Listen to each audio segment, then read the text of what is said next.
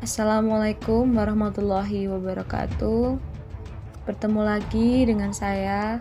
Di sini saya akan menjelaskan tentang biografi, tokoh proklamasi, dan perannya untuk BPUPKI dan PPKI. Yang pertama, tokohnya adalah Insinyur Soekarno. Insinyur Soekarno adalah Presiden pertama Republik Indonesia, sekaligus tokoh proklamator negara ini. Soekarno akrab dipanggil dengan julukan Bung Karno. Bung Karno lahir di Surabaya 6 Juni 1901. Bung Karno awalnya diberi nama Kusno Sosrodihardjo karena sering sakit namanya diganti menjadi Soekarno. Soekarno merupakan putra dari Raden Sukemi Sosrodihardjo dan Ida Ayu Nyoman Rai. Soekarno hanya sebentar tinggal dengan kedua orang tuanya di Blitar. Kemudian beliau pindah ke Surabaya untuk menamatkan SD. Selama di Surabaya, Bung Karno tinggal di kediaman Haji Umar Said Cokro Aminoto. Setelah tamat, Bung Karno melanjutkan pendidikan di HPS. Lulus tahun 1920, Soekarno melanjutkan pendidikan di THS di Bandung. THS ini merupakan cikal bakal Institut Teknologi Bandung.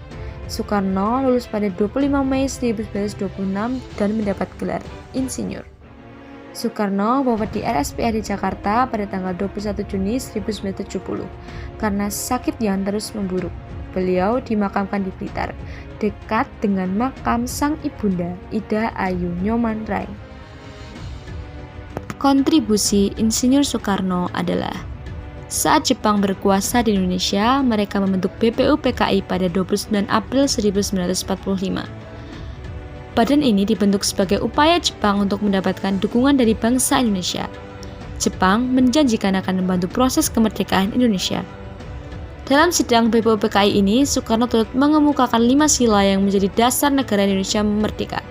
Setelah Jepang makin terdesak akibat dijatuhkannya bom atom di Hiroshima dan Nagasaki, perwira tinggi Angkatan Darat Jepang di Saigon menyetujui pembentukan PPKI untuk melanjutkan tugas BPUPKI dan mempersiapkan kemerdekaan Indonesia. Soekarno ditunjuk sebagai ketua PPKI. Yang kedua adalah Muhammad Hatta. Muhammad Hatta lahir di Bukit Tinggi, Sumatera Barat 11 Agustus 1902. Muhammad Hatta adalah salah satu proklamator kemerdekaan. Hatta merupakan anak kedua dari pasangan Muhammad Jamil dan Siti Solehah. Selepas usia remaja, Hatta meninggalkan Tanah Minang untuk melanjutkan studi ke Sekolah Tinggi Dagang Prince Hendrik School, Batavia.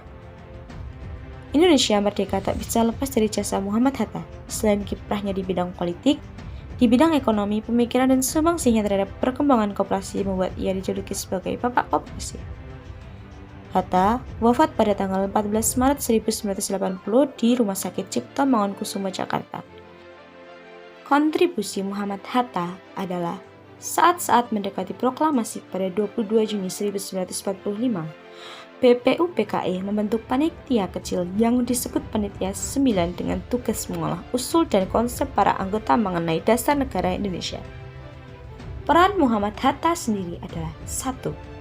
Menjadi anggota BPUPKI. 2. Menjadi Ketua Panitia Ekonomi dan Keuangan dalam sidang kedua BPUPKI.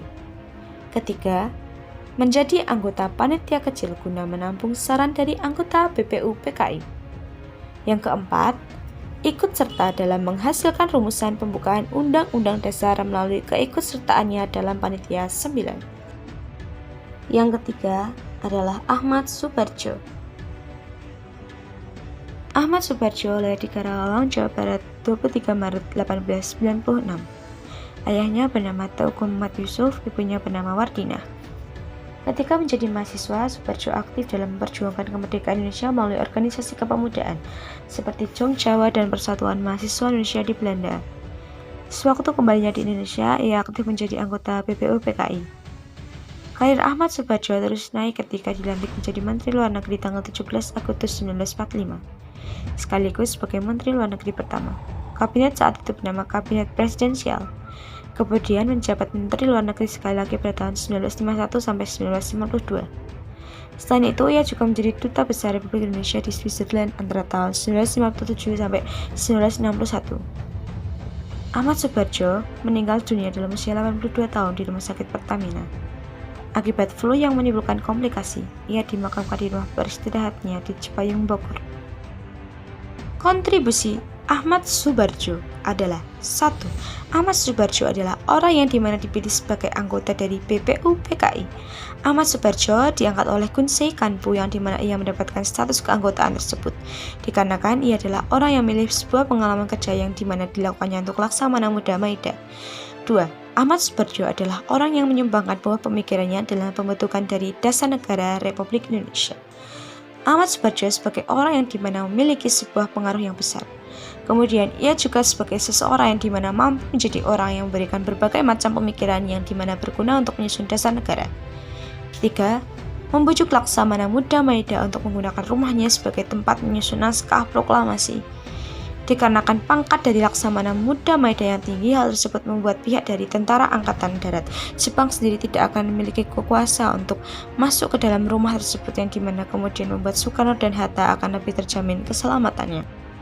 Yang keempat adalah Otto Iskandar-Dinata. Otto Iskandar-Dinata merupakan pahlawan nasional yang lahir pada 31 Maret 1897 di Bandung.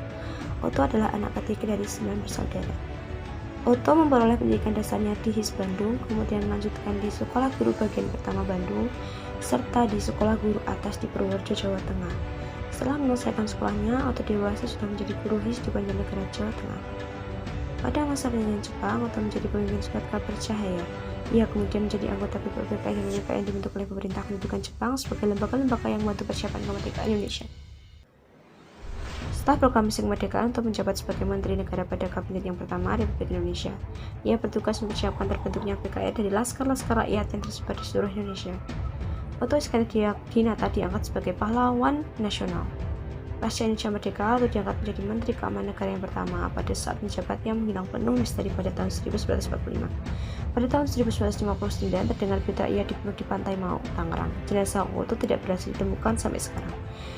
Demikian pula penyebab kematiannya masih belum dapat diungkapkan secara pasti. Kontribusi Otto Iskandar-Dinata adalah dalam sidang PPKI tanggal 19 Agustus 1945, Otto yang mengusulkan agar Soekarno dipilih menjadi presiden dan Hatta sebagai wakil presiden. Kemudian semua anggota sidang menyetujui usulan tersebut secara aklamasi. Otto juga merupakan orang yang menganjurkan dan sekaligus menggunakan peki nasional Indonesia Merdeka dengan mengangkat tangan kanannya. Oleh karena peki itu tidak terlalu panjang, maka kemudian oleh beberapa teman dianjurkan untuk disingkat menjadi satu patah saja, yaitu Merdeka. Selang nasional tersebut yang membangkitkan semangat para pejuang kemerdekaan saat itu. Yang terakhir adalah Profesor Dr. Supomo. Profesor Dr. Supomo dilahirkan di Sukoharjo 22 Januari tahun 1903. Supomo menempuh pendidikan di ILS pada tahun 1917 yang berlokasi di Boyolali. Selanjutnya pada tahun 1920 ia melanjutkan pendidikan di Mulo. Selesai dari Mulo, ia melanjutkan pendidikannya di Sekolah Hukum Batavia, Red School di tahun 1923. Setelah masa pendidikan rampung, ia pun bekerja pada pemerintahan kolonial Belanda. Selanjutnya, pada tahun 1924, ia berkesempatan melanjutkan pendidikan di Universitas Leiden, Belanda, dan langsung dibimbing oleh tokoh hukum adat dunia yaitu Cornelis van Vollenhoven.